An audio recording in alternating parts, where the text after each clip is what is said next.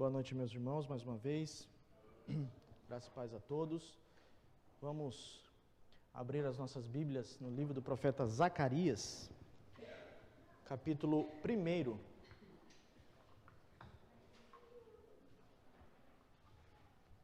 Livro do profeta Zacarias, capítulo 1.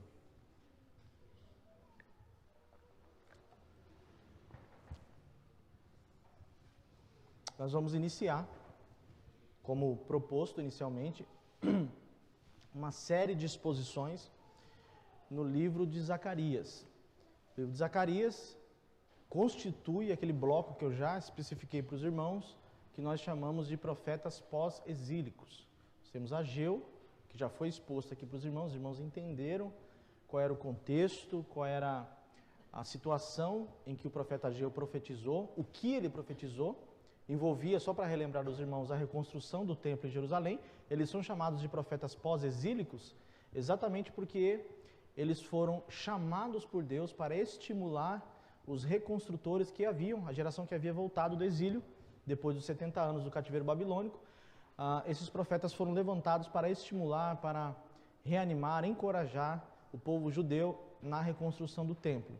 Vimos a importância que Deus dá para o templo propriamente dito, se tratando aí da sua casa, se tratando da sua morada, e Deus então usa esses profetas com essa temática, com essa incumbência.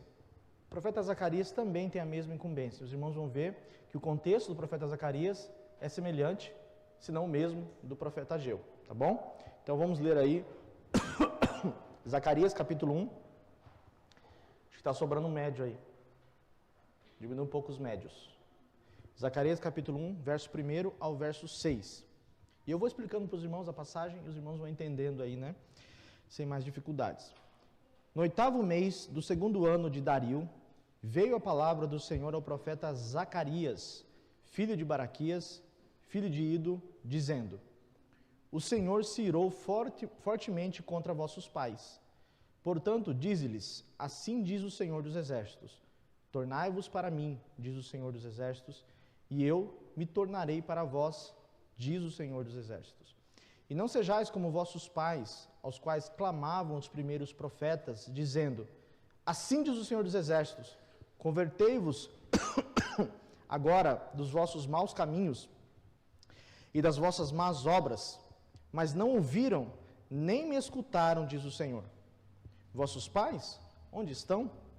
E os profetas, viverão eles para sempre? Contudo, as minhas palavras e os meus estatutos que eu ordenei aos profetas, meus servos, não alcançaram os vossos pais? E eles voltaram e disseram: Assim como o Senhor dos Exércitos fez tensão de nos tratar segundo os nossos caminhos e segundo as nossas obras, assim Ele fez, assim Ele nos tratou. Feche os seus olhos. Senhor Jesus, nós o louvamos mais uma vez, elevamos a nossa voz em oração para meditarmos um pouco, alguns minutos aqui, neste texto que nós acabamos de ler. Apenas a leitura do texto, Senhor, já fala aos nossos corações, já nos edifica, mas nós queremos nos debruçar um pouquinho mais na passagem, entender aquilo que o Senhor deseja falar aos nossos corações nessa noite. Dá-nos ouvidos para ouvir, dá-nos um coração sensível para receber a mensagem da Tua Palavra e dá-nos vigor e força e coragem para cumprirmos aquilo que o Senhor tem a nos ensinar nesta noite, Senhor. Usa o pregador, que é fraco, que é, Senhor, limitado, que eu sei, Senhor, que a Sua Palavra não precisa de homem algum para alcançar os corações. Por isso, Senhor, que a Sua Palavra transcenda as limitações do pregador esta noite e alcance os nossos corações. É o Senhor o nosso mestre, é o Senhor o nosso pastor, o Senhor é o nosso professor. Então nos ensine essa noite, assim que oramos em nome de Jesus. Amém. Você já assistiu um filme chamado Como Se Fosse a Primeira Vez? Esse filme conta a história de um homem chamado Henry Ruff, que é interpretado por Adam Sandler, esse ator famoso, um ator de comédia muito famoso. E Adam Sandler, aí, interpretando esse Henry, faz o papel de um veterinário que vive no Havaí e é famoso pelo grande número de turistas que ele conquista. O seu alvo novo agora é uma mulher chamada Lucy Whitmore, que é interpretada por uma atriz chamada Drew Barrymore, que mora no local, ali no Havaí, e por quem Henry se apaixona desesperadamente, perdidamente. Porém, nesse relacionamento existe um problema. Lucy sofre de falta de memória de curto prazo, e que faz com que ela rapidamente se esqueça dos fatos que acabaram de acontecer, e com isso Henry é obrigado a conquistá-la dia após dia para ficar ao seu lado. Que dificuldade! Todos os dias ele tinha que lembrá-la que ele era o amor da vida dela e convencê-la de que ele estava de fato pronto a ser o companheiro dela. Quando eu assisti esse filme, eu pensei em nós, na vida cristã. Na vida cristã, nós somos a Lucy. Em nosso relacionamento com Deus, nós somos a Lucy. Temos a tendência fácil de esquecer o que Deus fez no passado, não somente na história do seu povo, como também aquilo que ele fez nas nossas vidas. Inclusive, como Deus castigou o seu povo no passado, e isso, muitas vezes, por nós também é esquecido. E Deus, o tempo todo, precisa nos relembrar as luzes que aqui estão, aquilo que Deus fez no passado. E hoje, meus irmãos, portanto, nós veremos como Deus deseja que a presente geração dos judeus, a quem esse texto foi escrito, no período da reconstrução do segundo templo, se lembre de como seus antepassados foram castigados pelas suas transgressões nos tempos antepassados e levados ao exílio. E assim, essa geração presente procure viver uma vida de acordo com a lei de Deus, evitando então o mesmo castigo dentro desse contexto. Apenas para os irmãos entenderem aqui, como já proferi no começo do sermão, Zacarias, semelhantemente a Ageu, é chamado de profeta pós-exílico. Sendo assim, para a curiosidade dos irmãos, o profeta Zacarias e o profeta Ageu, eles são contemporâneos. Os irmãos vão perceber isso no decorrer do texto. E, portanto, teologicamente falando, eles possuíam basicamente a mesma mensagem. Os irmãos vão perceber que Zacarias possui uma linguagem um pouco mais profética, mais elíptica, mais difícil de interpretar, mas a mensagem central é sempre a mesma: encorajamento dos judeus para a reconstrução do templo, não só do templo, mas de toda a cidade de Jerusalém. Então nós vamos falar aqui esta noite sobre a lembrança do castigo. Deus está lembrando o povo de Israel as razões pelas quais a geração anterior foi levada ao exílio por 70 anos, e agora eles devem zelar pela sua vida com Deus, para que não caiam no mesmo erro e de igual modo sejam castigados. Irmãos, para início nós vamos ver os versos 1 e 2, o contexto dessa lembrança, o contexto em que Deus faz a lembrança para o povo de Israel.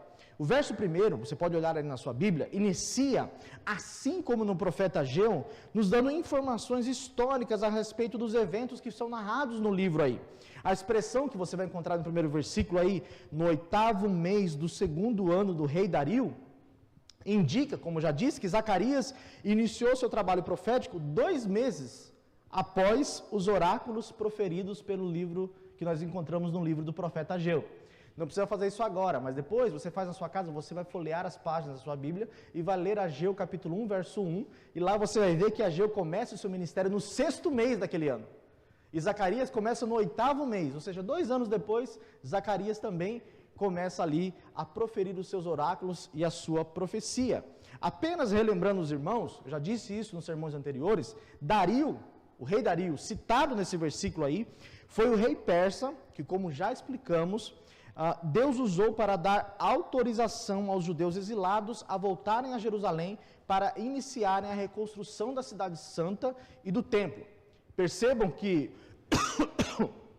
o autor do livro de Zacarias, que provavelmente foi o próprio profeta, se utiliza da mesma expressão que Ageu para descrever a recepção da mensagem, como ele recebe a mensagem de Deus. Aparece a expressão aí ainda no verso 1, né? E veio a palavra do Senhor ao profeta Zacarias. Essa sentença pode indicar uma maneira bastante abrangente e comum de os profetas descreverem uma multiforme maneira de Deus se revelar a eles. Nós não sabemos o que significa isso e vemos a palavra do Senhor.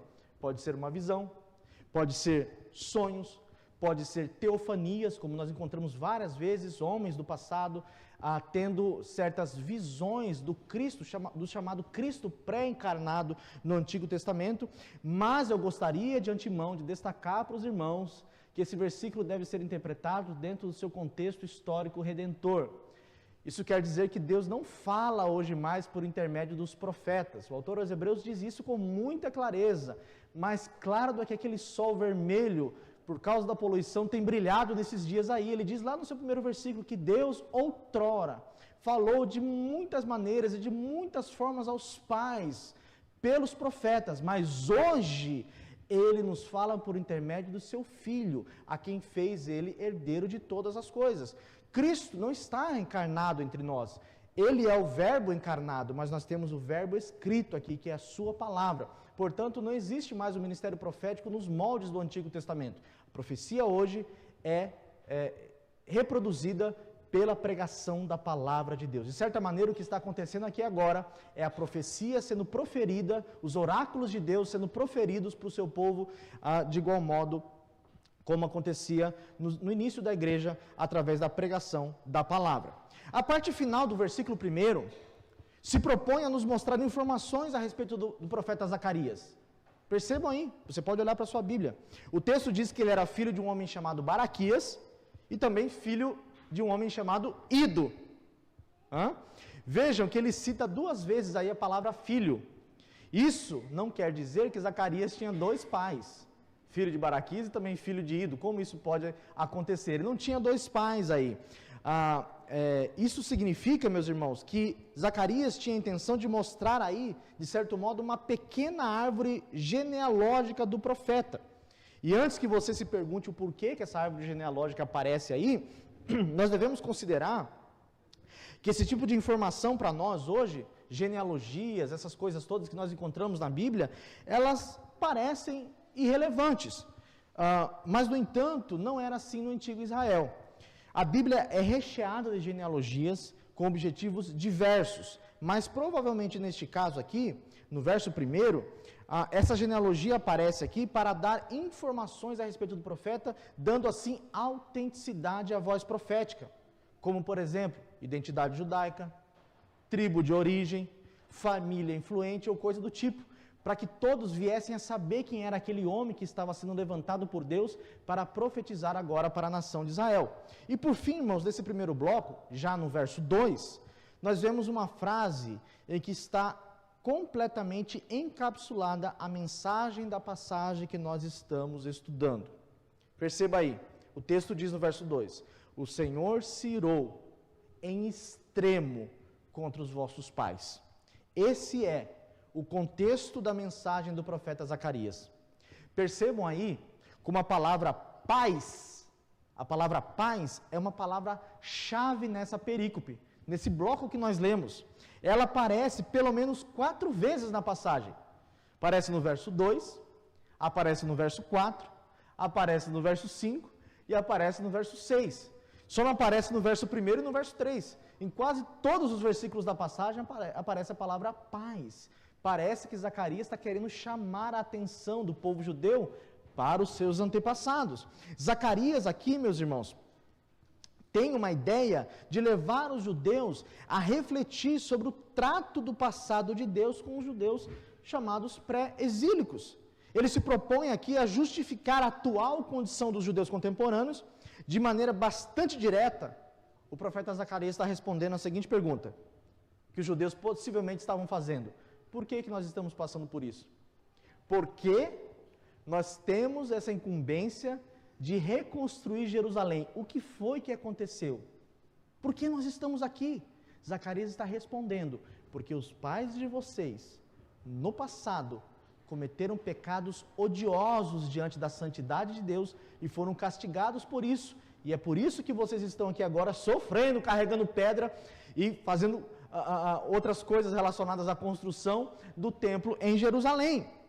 E, meus irmãos, o objetivo aqui é mostrar para aqueles judeus contemporâneos de Zacarias que eles deveriam zelar pela sua vida espiritual para não cometer os mesmos erros que os vossos pais no passado haviam cometido.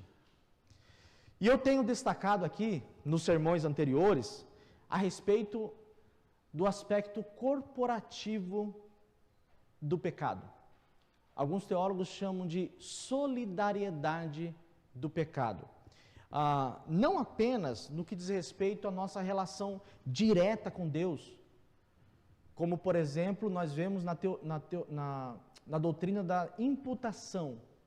Adão pecou e nós nos tornamos pecadores por causa de Adão. Não somente nesse aspecto subjetivo de herdarmos o pecado do nosso primeiro pai, mas também no aspecto social e até mesmo no aspecto psicológico dos resultados que os nossos pecados causam sobre as pessoas que convivem conosco e até sobre gerações futuras, como nós veremos aqui no texto. Ninguém peca sozinho. Mesmo quando você peca no seu quarto, entre quatro paredes, o seu pecado, de alguma maneira, ele vai atingir outras pessoas. Talvez não imediatamente, mas o apóstolo Paulo diz que as obras da carne, elas são conhecidas. Ou seja, algumas traduções dessa passagem, de Gálatas, traduzem assim: as obras da carne, elas são manifestas. Elas se manifestam. Elas sempre vão aparecer de alguma maneira. Então, se há pecados no nosso coração, se há pecados que nós temos cometido, fique ciente que quando você peca, alguma coisa ruim sempre acontece. Sempre alguma coisa ruim vai atingir outras pessoas, seja no aspecto social ou seja no aspecto psicológico, como nós veremos no texto. Quando nós pecamos, de uma maneira muito misteriosa, nós estamos ferindo o nosso próximo. Por quê? Porque nós estamos, de uma maneira muito misteriosa, ligados organicamente, unidos em nossa natureza. E aí eu faço os irmãos refletirem: quantas igrejas estão numérica e espiritualmente decaídas, porque uma geração deixou de cumprir o seu papel em seu relacionamento com Deus? Quantas igrejas hoje estão vazias, porque as gerações anteriores deixaram de cumprir o seu papel na sua fidelidade a Deus, e hoje os seus filhos estão pagando por isso. Filhos que não vêm à igreja, filhos que não foram ensinados, filhos que não foram pastoreados, filhos que não foram exortados e por causa disso estão afastados. Ou até mesmo igrejas que não tiveram filhos, igrejas que não evangelizaram. E ficou um hiato nessas gerações, e as gerações futuras estão pagando, por causa de erros do passado. Se os irmãos observarem, a Europa, por exemplo, a Europa hoje, pode ser chamada de um continente pós-cristão. Porque apesar do cristianismo, de certa maneira, ter tomado muita força na Europa, hoje a Europa é basicamente muçulmana. E por que a Europa se tornou pós-cristã? Porque os cristãos daquela época, das gerações passadas, deixaram de cumprir o seu papel, seja no aspecto social, ou até mesmo no seu aspecto teológico, como eu tenho destacado aqui para os irmãos. Os cristãos de lá estão envelhecendo. As igrejas são feitas de irmãos de cabelinhos brancos. Não que isso seja errado, eu quero envelhecer. Quando aparece um cabelo branco na minha cabeça e um cabelo branco na minha barba, eu quase faço culto para ele. Eu fico lá olhando aqui, que bom que eu estou envelhecendo. A velhice é uma bênção. Mas também nós temos que nos preocupar com as próximas gerações. Nós temos que nos atentar com as próximas gerações. E os cristãos de lá, infelizmente por causa de falácias, de filosofias, de falsos ensinamentos, deixaram de querer ter filhos. Enquanto os muçulmanos, em média, eu fiz uma pesquisa, em média, tem em torno de 5 filhos por casal, e normalmente eles têm mais de uma mulher, um homem. Ou seja, um homem só chega a ter em torno de 15 filhos, em média. Os cristãos se tornaram pai de pet, pai de papagaio, pai de hamster. E não estão gerando filhos mais e ensinando os seus filhos a se tornarem crentes e assim povoarem a terra, evangelizando os seus filhos e tornando eles homens de Deus na sociedade, colocando os seus filhos como pregadores do evangelho em todas as esferas da sociedade. E isso tem acontecido vez após vez, geração após geração. E, infelizmente, esse tipo de pensamento invadiu o Brasil. Os nossos crentes não querem mais ter filhos, porque filho dá trabalho, cachorro não dá. Não? Filho dá trabalho, porque você tem que ensinar, você tem que disciplinar, você tem que exortar. E os crentes não querem ter esse trabalho. No entanto, o que vai acontecer com as gerações futuras? Não só ter filhos, mas também de pregar o Evangelho. Os crentes pós-modernos estão calados de maneira muito covarde. Não falam do Evangelho. Nós, infelizmente, meus irmãos, nos comprometemos de maneira muito fervorosa, e não que isso seja necessariamente errado, mas apenas para os irmãos refletirem, com programações que de alguma maneira são feitas para nós mesmos. Realizamos programações que visam a comunhão da igreja, e isso tudo é muito bom, mas o nosso trabalho não é apenas edificarmos uns aos outros. Nós temos uma responsabilidade muito mais nobre do que essa, que é tornar o nome de Cristo conhecido entre pessoas pecadoras. É trazer pessoas ao arrependimento, levar a mente dessas pessoas cativas para se converterem à fé em Jesus Cristo e assim essa igreja ser cheia de pessoas arrependidas dos seus pecados.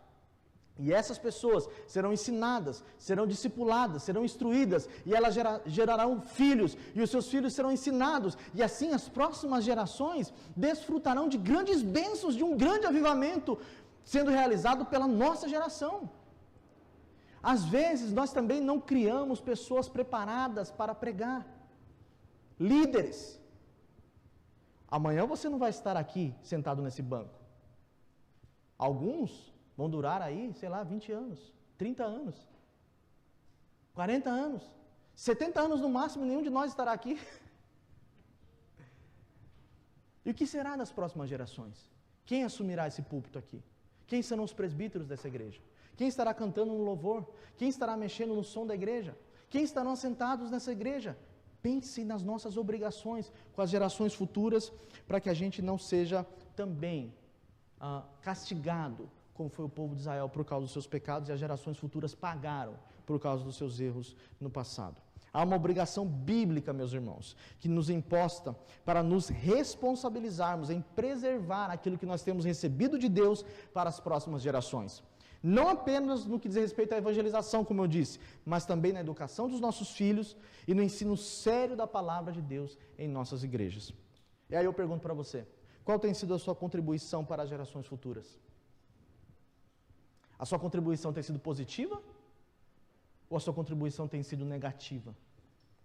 Você já parou para pensar sobre isso? Que em muitos sentidos, preste atenção, você hoje aqui é resultado do erro e de acerto de pessoas do passado? Cosmovisão.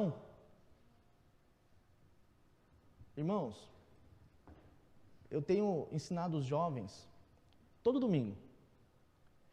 E eu tenho ensinado para eles, por exemplo, coisas relacionadas ao casamento, coisas relacionadas ao uso do dinheiro, coisas relacionadas aos relacionamentos, em várias áreas da vida.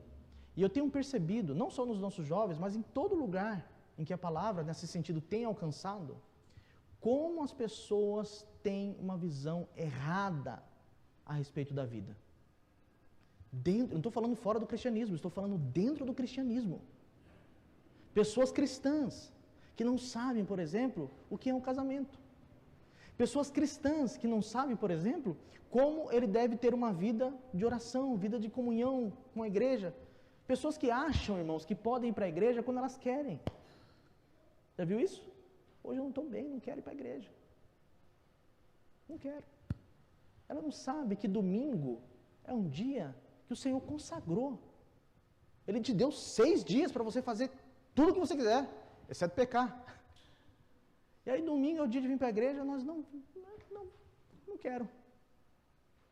Como isso acontece? Porque nós somos resultados de disciplina e de ensinos do passado, em que muitos dos nossos pais deixaram de colocar isso na nossa mente, na nossa maneira de viver com Deus. E assim nós tratamos as coisas com leviandade. Não se esqueça, você de alguma maneira é resultado dos erros das pessoas do passado. Como a gente resolve isso? Consertando. Às vezes as igrejas ficam com esse hiato. Se uma geração falha, fica um hiato. E aí aquela geração sofre, ela precisa reconstruir. esses pequenos blocos, para que as próximas gerações desfrutem de coisas gloriosas, como eu tenho destacado aqui para os irmãos. O verso 3, que é o nosso segundo ponto, nós vamos ver aí o conteúdo dessa lembrança. Observe no verso 3. O conteúdo inicial de todo o livro do profeta Zacarias, meus irmãos, está consubstanciado nesse versículo 3. E a nossa análise desse verso, ela pode ser tripartida. Em primeiro lugar, nós observamos a expressão aí, portanto, dize-lhes. Percebam essa conjunção de conclusão, portanto, que une aí de maneira coordenada essa oração com a oração anterior. De certo modo, essa advertência vem como resultado da atual condição dos judeus, como eu tenho destacado. E no segundo momento, vejam como Deus se autonomeia nesse versículo aí. O Senhor dos exércitos. A expressão, se os irmãos observarem, aparece 3 vezes na passagem. Mas só no verso 2 aparece 2 vezes. Parece que o autor aí está querendo também chamar a nossa atenção para essa expressão, o Senhor dos Exércitos. E eu tenho explicado que essa expressão é designada, é revelada para nos mostrar que Deus é aquele que guerreia as causas de Israel. E que nessa ocasião aqui ele ia favorecer o seu povo, ia fortalecer o seu povo na reconstrução do templo. Deus está dizendo, eu estou com vocês nessa empreitada. Nós temos uma empreitada também. Nós estamos reconstruindo, de certa maneira, o templo de Deus. E Deus está conosco, como eu tenho proferido para os irmãos nesses sermões dos profetas pós-exílicos. E em terceiro lugar, nós encontramos o chamado de Deus para o povo. Ainda no verso 3, diz aí, tornai-vos para mim. Tornai-vos para mim. Há referências semelhantes a essas, ou a essa, em outros textos do Antigo Testamento. Em Malaquias capítulo 3, verso 7. E também aparece no Novo Testamento, em Tiago 4,8, Tiago diz assim, venham para mim, que eu me tornarei para vós. Tornem-se para mim, que eu me tornarei para vós. E aqui nós vemos, de maneira bastante direta, meus irmãos, o interesse de Deus em usar o profeta Zacarias. Em uma palavrinha só. Não são 3 palavrinhas só, são uma palavrinha só. E a palavrinha é arrependimento. Tornai-vos para mim. É uma expressão intercambiável com a palavrinha arrependimento. Voltem-se para mim. E veja, meus irmãos, contextualizando aqui, se existe algo que está faltando, e os irmãos vão de concordar comigo, no evangelicalismo moderno, é a mensagem de arrependimento. Esta foi a mensagem de Jesus. Arrependei-vos, porque é chegado o reino de Deus. Essa foi a mensagem de João Batista. Arrependei-vos, porque é chegado o reino de Deus. E essa foi a mensagem dos apóstolos. Arrependei-vos, para que venham períodos e tempos de refrigério. E essa não tem sido a mensagem do evangelicalismo moderno. O evangelicalismo moderno, as suas mensagens consistem em palavras de autoajuda, em palavras de motivação, palavras de prosperidade financeira. É o chamado cristianismo terapêutico. Por que você vai para a igreja? Eu não vou na presbiteriana porque eu não me sinto bem lá. Vocês percebem isso? Vocês percebem? Eu não vou em tal igreja porque eu não me sinto bem lá. Qual igreja você vai? Eu vou naquela igreja ali porque lá eu me sinto melhor. Perceba que o objetivo da pessoa é um só: se sentir bem. Eu quero uma igreja que os bancos sejam almofadados, que tenha ar-condicionado no dia do calor, e o pregador fale doce comigo. Ele não me ofenda, ele não fale que eu preciso me arrepender dos meus pecados. Muito pelo contrário, ele me dê sempre uma lista de bolo para que eu possa seguir durante a semana para ser uma pessoa de vitória. Para conquistar os gigantes, para derrubar o Golias, para colocar o diabo para correr. Você nasceu para vencer, você é filho do rei. Você não pode ter sofrimento. Alguns ensinam até colocar Deus na parede. Se você está sofrendo é porque você não tem fé. Se você está passando dificuldade financeira, é porque você não está contribuindo quanto você deveria contribuir, e assim consecutivamente. São mensagens apenas para estimular as pessoas, para fazer as pessoas se sentirem bem. Mensagens de autoajuda, colocando as pessoas em um lugar que elas não devem estar. E quando nós olhamos para a Bíblia Sagrada, não é isso que nós encontramos. Nós encontramos uma mensagem só: tornai-vos para mim. Volte-se para mim. Então eu me voltarei para vocês. Se arrependam dos vossos pecados. John MacArthur, um teólogo conhecido que os irmãos conhecem bastante, diz assim: nunca suavize o Evangelho. Nunca suavize o Evangelho. Se a verdade ofende as pessoas, então deixe que ofenda. As pessoas passam toda a sua vida ofendendo a Deus. Deixe que elas se ofendam por um momento. Pregue o Evangelho. Fale da palavra de arrependimento. Ofenda sim as pessoas. Bruno, eu tenho pena dela. Não tenha pena, porque Deus não tem. Não seja mais misericordioso, ou não pense que você pode ser mais misericordioso ou mais bondoso do que o próprio Deus. Se Deus quer ofender essas pessoas com a mensagem do Evangelho, então faça o seu papel de pregador. Fale que se ela não se arrepender, um dia o Rei dos Reis voltará não como aquele que foi pendurado no madeiro, cuja face estava desfigurada por causa das bofetadas e o sangue lhe corria sobre o rosto por causa dos cravos que estavam sobre a sua cabeça. Mas um rei que voltará montado num cavalo branco, e na sua coxa vai estar escrito Rei dos Reis e Senhor dos Senhores, e da sua boca sai uma espada de 2 gumes, que penetra na alma, na divisão da alma e do espírito, das juntas e medulas, e é apta para discernir os pensamentos e intenções dos corações. Esse Cristo que voltará com seus olhos como chamas de fogo, os seus cabelos brancos como a pura lã, os seus sapatos como latão reluzente, e ele pisará no lagar da fúria e da ira de Deus, e vai castigar os seus inimigos. É esse Deus que voltará, é esse Deus que nós devemos pregar. Um Deus que sim, quer que o seu povo, os homens de toda tribo, língua e nação, e até nós que estamos aqui, nos arrependamos dos nossos pecados, e nos voltemos para Ele, para que vivamos tempos de refrigério. Uma outra consideração, apenas nessa passagem aqui, nesse segundo bloco, é a condicional que nós encontramos nesse texto. O texto diz assim: tornar-vos para mim, e então eu tornarei para vós. O que acontece conosco, irmãos? É que a gente quer que Deus torne para a gente sem a gente tornar para Ele. Não é verdade? E nós que somos calvinistas, nós temos um pouco de dificuldade com passagens como essa aqui. Bruno, isso parece uma exigência de obras aqui. Parece que Deus está exigindo alguma coisa para agir. Irmãos, nós encontramos, mesmo no Novo Testamento, só na carta aos Hebreus, por exemplo, que fala da nova aliança, fala da superioridade da nova aliança, o autor aos Hebreus ele destaca pelo menos 5 advertências de arrependimento. Se arrependam. E ele ainda diz assim: se no Antigo Testamento, preste atenção aqui, olha para minha gravata que eu não estou de gravata. Se no Antigo Testamento, Deus não poupou o povo de Israel no deserto, uma geração inteira, meus irmãos, uma geração inteira foi destruída, não entrou na terra prometida, apenas 2, Josué e Calebe. A geração que entrou foi a geração conseguinte, porque aquela geração toda foi assassinada no deserto. E ele diz assim: se Deus não poupou na antiga aliança, que eles não tinham conhecimento de Cristo, o que Ele fará com nós hoje na nova aliança? O autor aos Hebreus diz que quando nós não nos arrependemos do pecado, na nossa condição hoje, tendo Cristo revelado a nós incorremos num perigo ainda maior do que os homens do passado.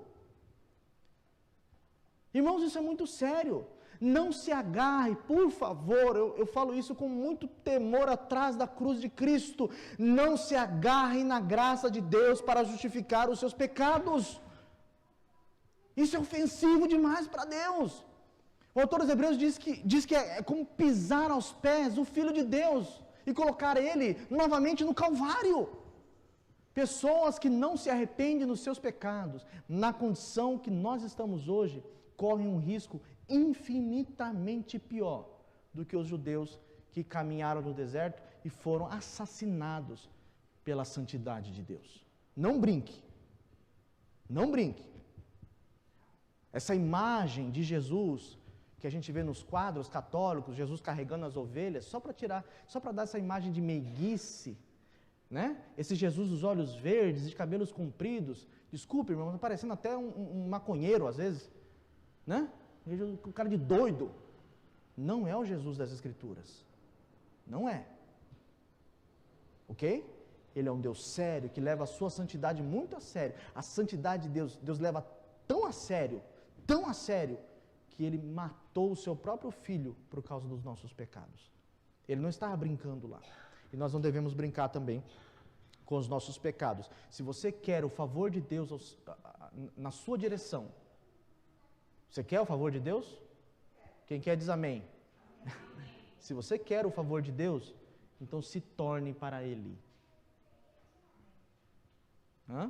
Deus não vai fazer coisas na sua vida se você não buscá-lo. O que diz em 2 Crônicas 7,14?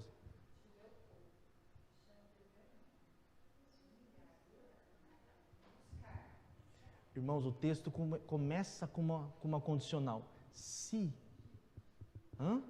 o meu povo, que se chama pelo meu nome, se humilhar e orar, e se converter dos seus maus caminhos, se arrepender dos seus pecados, aí ele diz, então. Você está entendendo isso, irmãos? Por que nós não desfrutamos do que nos é dado por Deus? De um avivamento. Por quê? Se o meu povo, que se chama pelo meu nome, se humilhar e orar, e se arrepender. É a mesma coisa que Zacarias está dizendo aqui. Tornai-vos para mim. Tornai-vos para mim. Então eu tornarei para vós. Irmãos, se houvesse um arrependimento sincero no nosso coração, nós vimos aí recentemente um pseudo-avivamento lá, sei lá onde, nem sei o nome do lugar, em que as pessoas ficavam horas e horas cantando, como se cantar fosse avivamento. Como se chorar fosse avivamento, como se levantar a mão fosse... Tudo isso é muito bom. Mas Deus sabe o que está no nosso coração. Deus sabe dos pecados que nós agasalhamos no nosso coração. Enquanto isso não for abandonado, não espere que você vai desfrutar de alguma coisa da parte de Deus. Casamentos precisam ser consertados.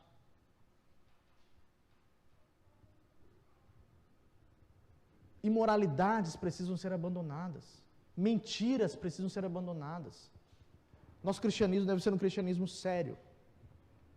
Jeremias capítulo 3. Abra sua Bíblia aí, Jeremias capítulo 3, verso 12 e 13. A gente já vai caminhando para o terceiro ponto. Veja o que Deus fala pelo profeta Jeremias. Jeremias capítulo 3, verso 12 e verso 13. Pode colocar aqui o versículo. Jeremias capítulo 3, verso 12 e verso 13. Diz assim: volta, ó pérfida Israel. Pode passar essa parte. Isso. Volta, ó pérfida Israel, diz o Senhor, e não farei cair a minha ira sobre ti, porque eu sou compassivo, diz o Senhor, e não manterei para sempre a minha ira. Tão somente reconhece a tua iniquidade, reconhece que transgrediste contra o Senhor teu Deus, e te prostituístes com estranhos debaixo de toda árvore frondosa, e não destes ouvidos à minha voz, diz o Senhor.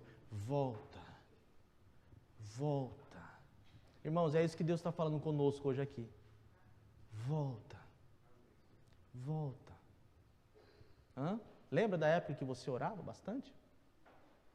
Lembra da época que você lia bastante a Bíblia? Lembra da época que você vinha para o culto com alegria? Da época que você amava ler livros de teologia, você amava ouvir pregações, você amava durante a sua semana pensar nas coisas religiosas, você aguardava o domingo era um dia para você, o dia mais especial da semana, você trabalhava 6 dias esperando aquele momento que você estaria na igreja para estar com os irmãos adorando ao Criador. Volta, volta, diz o Senhor. Para encerrar, irmãos, os versos 4 ao verso 6, nós vemos o bloco final aí que vai mostrar o exemplo da lembrança. Logo no início do verso 4, Deus exorta aquela geração a não se comportar como as gerações anteriores. O texto diz: não sejais como os vossos pais, diz o texto. O Israel daquela geração presente deveria aprender com os erros cometidos pelo passado e ter informações a respeito de como Deus trata o pecador impertinente e o pecador impenitente. E em seguida, o Senhor, por intermédio de Zacarias, nos mostra qual era a mensagem que a geração anterior ouviu da boca dos profetas. Convertei-vos agora dos vossos maus caminhos e das vossas más obras. Porém, o resultado foi trágico. O texto diz que eles não ouviram. O verso seguinte, o 5º, nós vemos a seguinte expressão. Deus dizendo, vossos pais, onde eles estão? E os profetas, que profetizaram para eles? Eles vivem para sempre? Eles estão vivos? É uma pergunta retórica, uma pergunta irônica. Obviamente, a pergunta tem por objetivo mostrar exatamente a transitoriedade da vida humana e mostrar que a desobediência não era o melhor caminho a ser seguido. O versículo 6, o último da perícope que nós estamos analisando, nos mostra que apesar da impertinência de Israel do passado, apesar da desobediência deles, a palavra de Deus permaneceu. Como Isaías já havia declarado, toda a carne é erva, seca-se a erva e cai a sua flor. Mas a palavra do nosso Deus permanece eternamente. Isaías 40, versos 6 ao 8. Nós encontramos algo semelhante no Novo Testamento, quando o próprio Jesus disse em Mateus 24, 35, os céus e a terra passarão, mas as minhas palavras não hão de passar. E o texto final aí, o verso 6, nos mostra que o Israel do passado, depois de terem sido castigados, não durante a palavra a ser pregada, mas depois, durante o exílio, eles reconheceram que haviam falhado miseravelmente em seu compromisso pactual. No entanto, como eu disse, o arrependimento aconteceu após o castigo. E o objetivo de Deus com Israel, do contexto de Zacarias aqui, era evitar que a mesma disciplina recaísse sobre aquele Israel naquela ocasião. Veja, meus irmãos, hoje, por conta de inumeráveis filosofias que formatam o pensamento do homem pós-moderno, nós temos uma dificuldade enorme de olhar para o passado. Nós somos ensinados, por exemplo, pelo evolucionismo, pelo historicismo, pelo positivismo e até pela perspectiva política progressista apenas a olhar para o futuro. Não é assim que a gente aprende? O futuro é uma coisa que a gente nem tem controle, mas eles estão o tempo todo nos ensinando a olhar para o futuro. Mas a Bíblia faz o movimento contrário.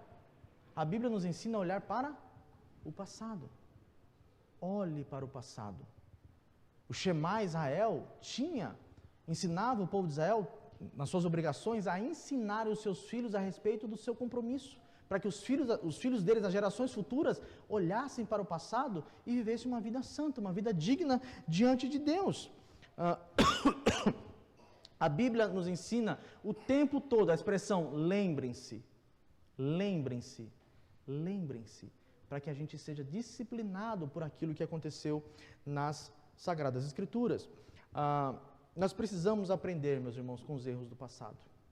A Bíblia não só registra os grandes feitos dos heróis de Deus, mas até mesmo as quedas desses gigantes. Já parou para observar isso? Que a Bíblia não oculta os erros dos grandes homens de Deus? Por quê? Para que nós aprendamos com os erros deles a não cometermos as mesmas falhas. Esses registros que estão nas Escrituras Sagradas, eles estão aqui para nos ensinar. Paulo diz isso em Romanos capítulo 15, verso 4. Porquanto tudo que dantes foi escrito, para o nosso ensino foi escrito, para que pela constância e pela consolação provenientes das Escrituras, nós tenhamos esperança. Nós não só devemos olhar para a Bíblia, no sentido de aprender com ela, mas também com os nossos irmãos do passado. Os acertos e os erros deles devem servir para nós, se for acertos, de estímulos, se forem erros, cautela. Eu lembro de uma época, pastor, que, não faz muito tempo não, né, mas, que assistir televisão era pecado. Lembra disso? Quem é dessa época? Que jogar bola era pecado. Foram erros.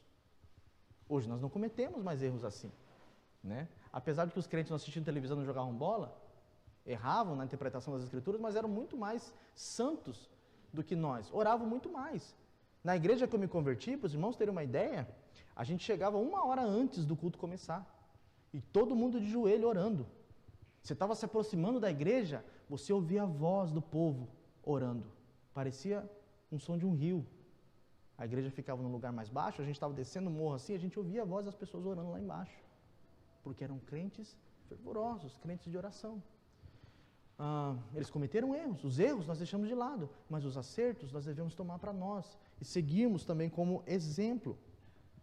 E também nós devemos olhar para o nosso próprio passado.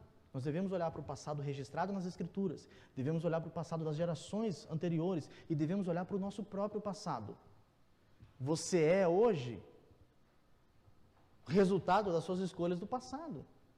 Existem muitas pessoas que sofrem e falam, por que eu estou passando por isso? Ora, porque fez as escolhas erradas. Tomou as decisões erradas. E por isso, colhe. Aquilo que o homem plantar, ele vai colher. Quem planta vento, colhe tormenta. Quem planta espinho, colhe abrolho. Não é isso que a Bíblia ensina? E às vezes nós estamos colhendo o resultado das nossas próprias decisões. Decisões erradas. E nós devemos aprender com isso. A não cometermos os mesmos erros. E assim, não sermos disciplinados por Deus. Quantas cabeçadas na vida, quantas, meus irmãos, cabeçadas na vida serão necessárias para nós pararmos de nos meter em coisas que não agradam a Deus. Deus não quer só que nós não pequemos porque isso o ofende. Primariamente é porque o ofende, mas também porque o pecado nos machuca. Eu não conheço, como eu estou dizendo, nem nas Escrituras, nem na história da igreja, e nem na minha geração, alguém que viveu em pecado e se deu bem na vida. Ela pode até por um momento achar que está se dando bem, mas o salário do pecado é a morte. Não é verdade? E salário é aquilo que vem, né? Pelo menos aquele que trabalha, que é o seu salário no fim do mês. E o homem pecador vai receber o seu salário. A morte, o castigo. Alguns recebem alguma coisa até nessa vida. Mas se não receberem nessa vida, a certeza que nós temos é de que um dia, um justo Deus há de penalizar aqueles que não se arrependem dos seus pecados. Então devemos aprender com os erros do passado. Olhe para a sua vida hoje. Você tem aprendido com seus erros? Deus está convocando o povo, olhe para o passado, olhe para os pais de vocês. Olhe para os erros que eles cometeram, não façam a mesma coisa. Você tem aprendido com os erros dos outros? Tem aprendido com seus próprios erros? Segundo, não espere, irmãos, como os primeiros judeus que nós estamos destacando aqui, não espere o castigo. Não espere o castigo vir para depois você se arrepender. Porque o castigo vem. E se arrepender depois do castigo é doloroso demais. Não é melhor consertar as coisas agora? Não é melhor deixar a casa em ordem, tudo preparado, para que a gente desfrute das benesses de Deus, da bondade de Deus? E segundo, e terceiro, na verdade, saibam, irmãos, que essas ameaças de Deus, que Deus está nos fazendo ameaças no texto aqui, não são para o nosso mal, mas são para o nosso bem. Eu gosto disso aqui, falando da minha vida. Deus não é um psicólogo, irmãos, que você vai sentar lá, diante dele, vai contar a sua história e ele vai falar assim, esses foram seus pais, né? A culpa é deles, você é vítima. Não, ele vai dizer, você tem parcela também. Se seu pai pecou, não faça igual. Assuma a responsabilidade. Se arrependa dos seus pecados, para que venha o tempo de refrigério. Quando eu olho para esse texto aqui, meu coração salta do peito, porque eu sei que Deus tem promessas maravilhosas para nós, aqui na Igreja Presbiteriana da Vila Jaguara, para mim e para você. Para mim e para você. Coisas grandes. Eu falo para o pastor o tempo todo, ele não acredita em mim, mas eu falo. Deus vai encher essa igreja. A sala do jovem está enchendo. Permita também os que estão chegando agora, mas Deus traz, começando por mim, né? Deus trouxe só endividado, só gente quebrada, gente cansada, né? É a caverna de Adulão. Mas eu já disse isso para os irmãos, eu vejo uma pequena nuvem do tamanho da mão de um homem. Vai chover a bênção de Deus sobre nós aqui.